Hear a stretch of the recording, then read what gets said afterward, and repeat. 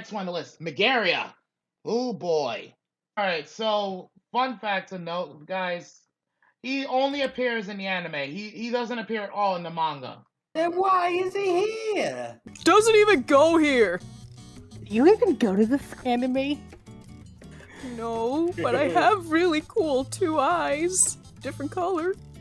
Okay, go home. That's why I'm gonna say the Rock does the Blood Edge then, because he has 2 different color eyes. Okay, so Megaria's major goals to apparently to basically fix the course of history, because according to Megaria, who is, believe it or not, he's actually a psychic. So the one thing to know, he's basically a psychic who can see into multiple timelines. He can see the true timeline and everything. To make a long story short, his ultimate goals are to stop the Mibu clan, stop Nobunaga, and undo the chaos that caused history to spiral out of control. As a time patroller, you'll prevent history from being... Which he eventually managed to do. Notable is that he uses an arm cannon that's powered by his own soul. And if I remember correctly, Zam, you compared that to Ryuji from Yakuza Dead Souls. Yeah, his freaking gun reminds me of it. I'm sorry, but No, it just does. You're not wrong to say that, actually. And to make a long story short of Megaria, I remember, like, Zammy, didn't you say he looks like the literal love child of Dante and Lady? Yes. Yes, that was another comment I made. And he was your number 4 husbando. Look, he's nice, he looks good, but his voice actor is gross. If he could just shut the fuck up for, like, the entire series and not speak a word, then yeah. Or if he was been voiced by a different VA, I assume? Yeah, it's just like, I can't stand his English voice actor. I am Sergeant Sosuke Sagura of Mithral's Tactical Division from the West Pacific Fleet flagship Tuatha De Danann. Let me give you a little lesson on the basics. Once a Soul Reaper reaches the level of captain, he then has the ability to control the size of his Zanpakuto toe. They have to. Because if they didn't, they'd all be swinging around swords the size of skyscrapers. You should never judge your opponent by the size of his Zanpakuto. Oh, you know. Well, thank goodness I'm out there risking my life to keep you all informed. Communication's a two-way street, pal. But even a bastard like me can spot true evil when he sees it. True evil are those who use the weak for their own gain. I get what I'm saying, but the voice of Kaiba would have been a better choice for Megaria. Give him, like, a fucking Meta Knight accent. That's better. Just, like, please, get rid of this. Give me some time and I'll do it. Fuck it. Oh my god. Anyways, initial thoughts of Megaria, like when he first appeared. Because when he first appears, he's wrecking the utter shit out of several samurai who were trying to start a fight with him. Just completely and utterly wrecking their shit. So initial thoughts from that. That just made him like me. That just made me like him even more. But again, he needs to shut his mouth.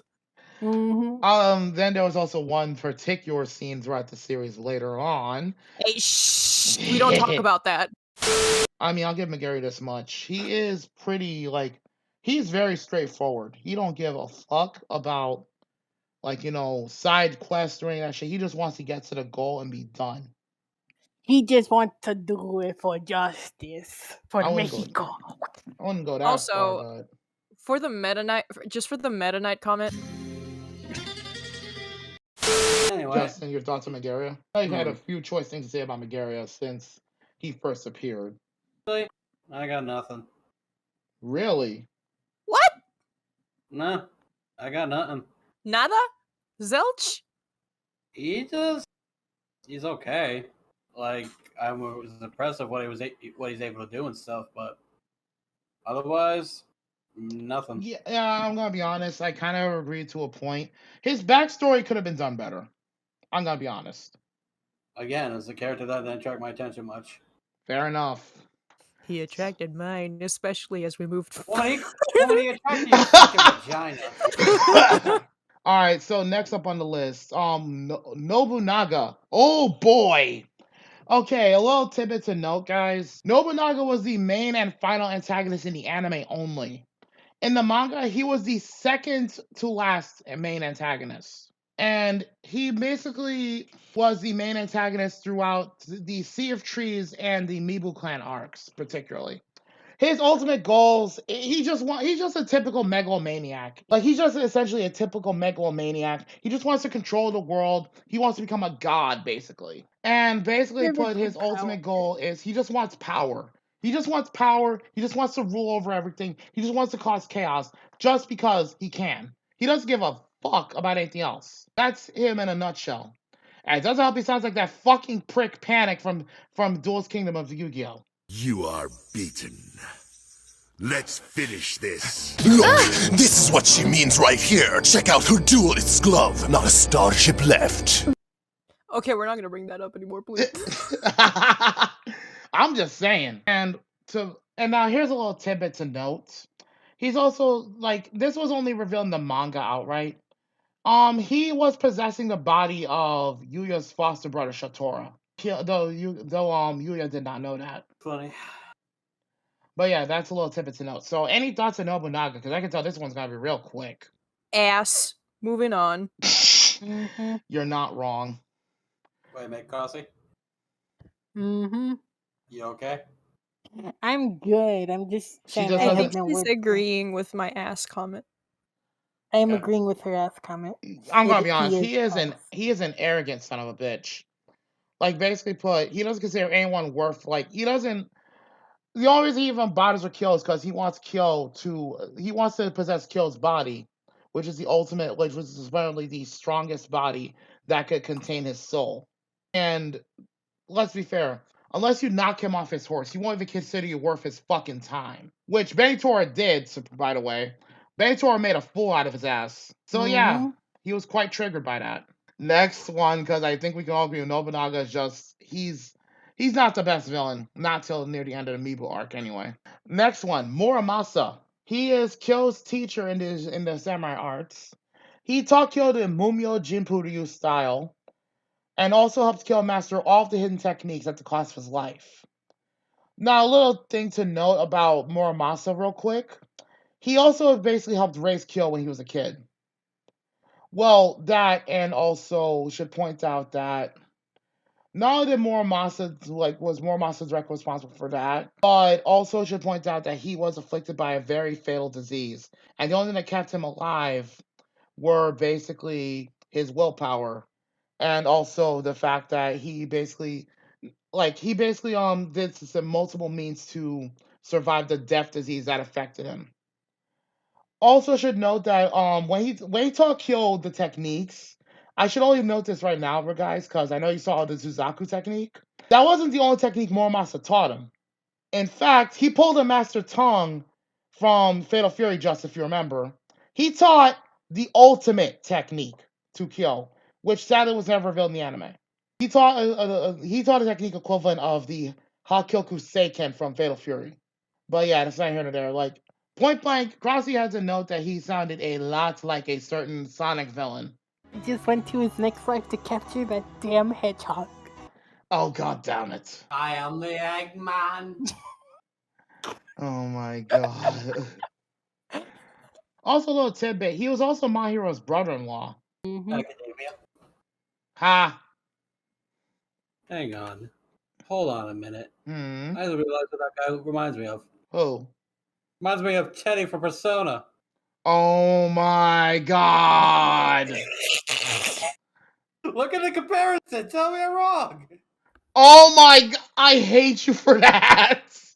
I hate you for that! Muramasa, is that you? It looks like it, though. I know! It's legit Teddy out of the bear suit. Alright, so any thoughts on Muramasa? Nope. I already gave my thoughts. I'm good. There's not much to be said.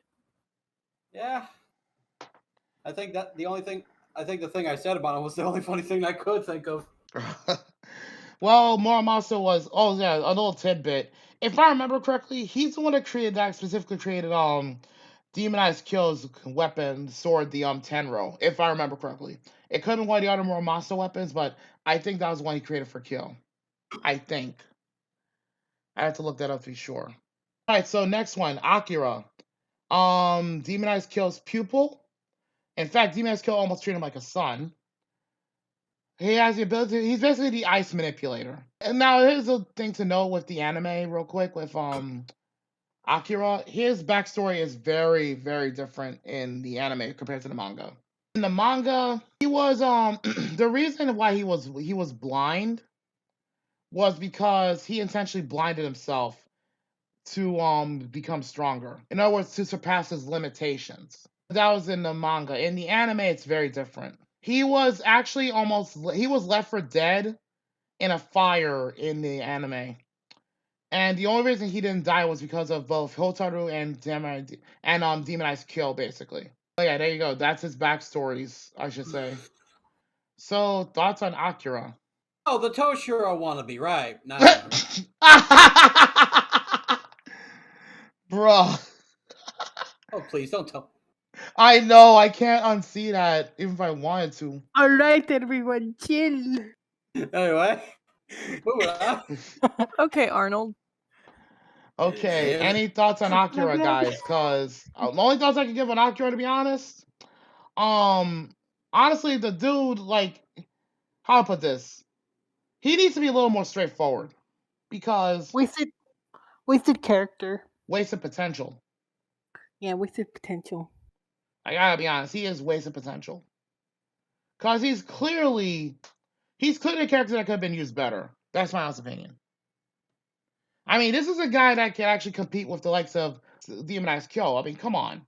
You guys sit here and tell me you're just gonna let him sit by the side for like the majority of the time he's on screen? Really? Like, come on, that's just a fucking waste. So all I can really say is his abilities were interesting, given how I don't know if they're, from what I can remember, I don't know if there was any other character who had like ice abilities and shit.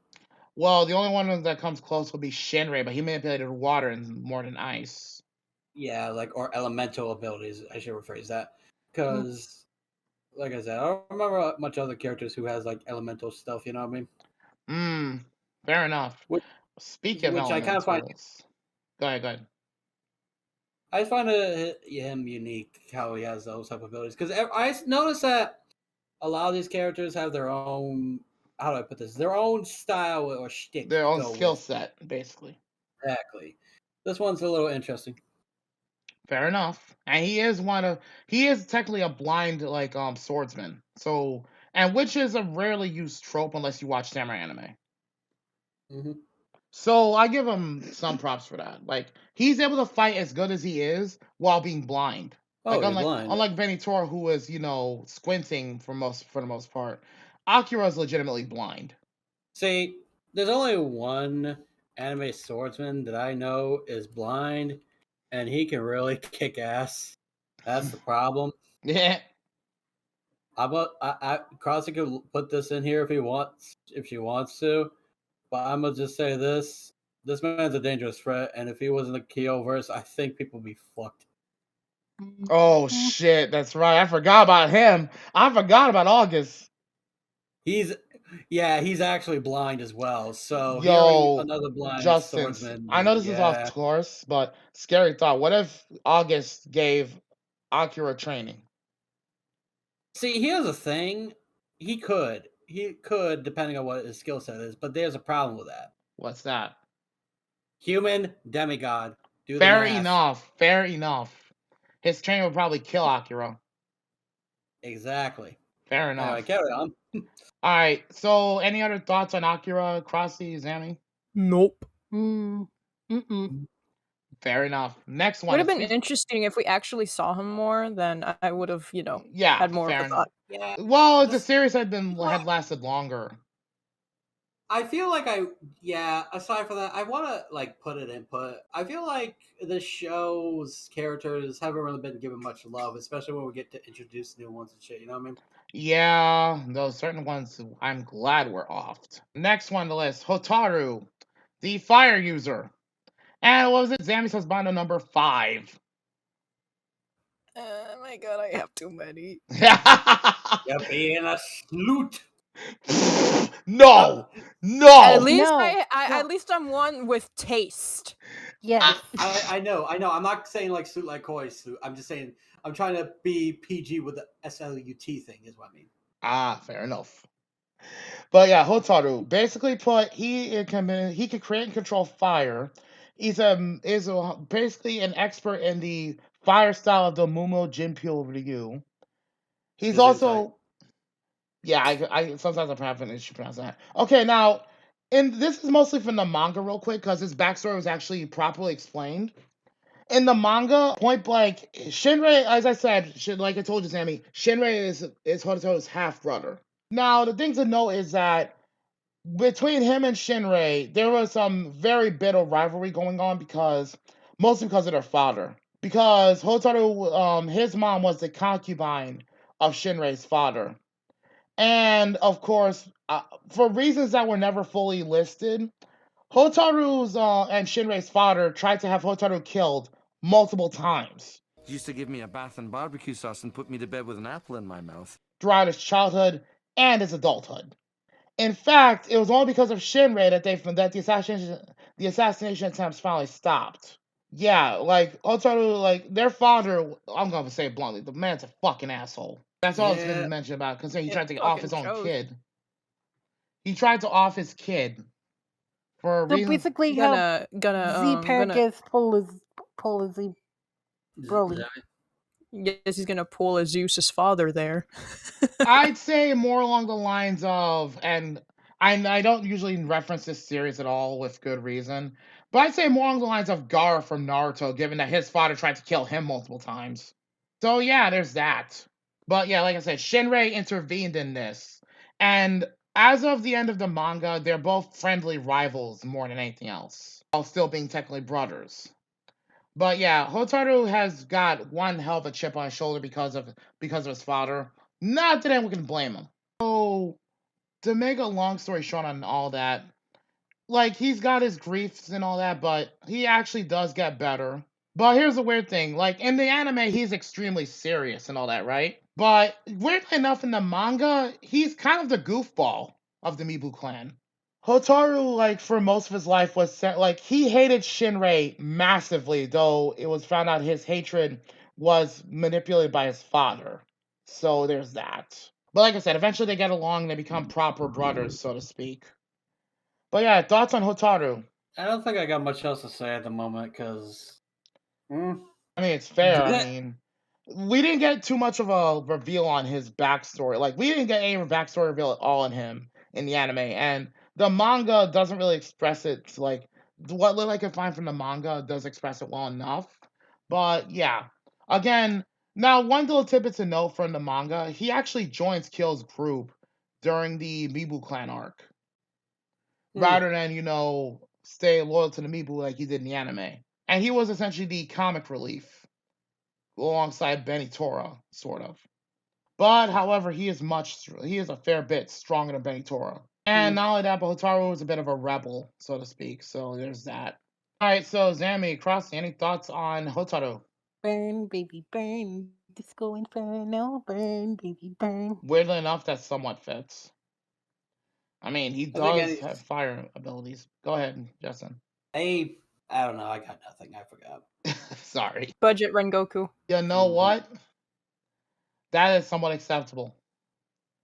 I mean, he has the skills for it. Why not? Except he can generate actual fire somehow. But It's her to blame. God damn it.